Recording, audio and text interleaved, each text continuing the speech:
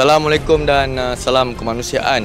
Pada hari ini kita berada di Cambodia dan sebentar lagi kita akan hadir ke kedutaan di Phnom Penh untuk sesi kunjungan serta perbincangan bersama dengan pihak ambassador, iaitu His Excellency Tuan Dr. Shahrudin, Konsular Shazwan dan ahli-ahli ataupun pegawai-pegawai di kedutaan Malaysia di Phnom Penh.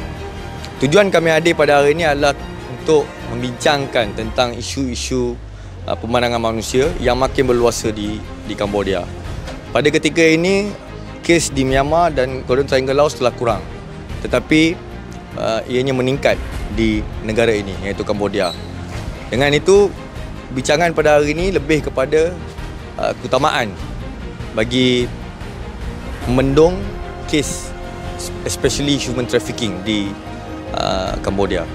Jadi saya amat mengharapkan agar semua rakyat Malaysia sentiasa ingat supaya jangan terima apa-apa peluang pekerjaan.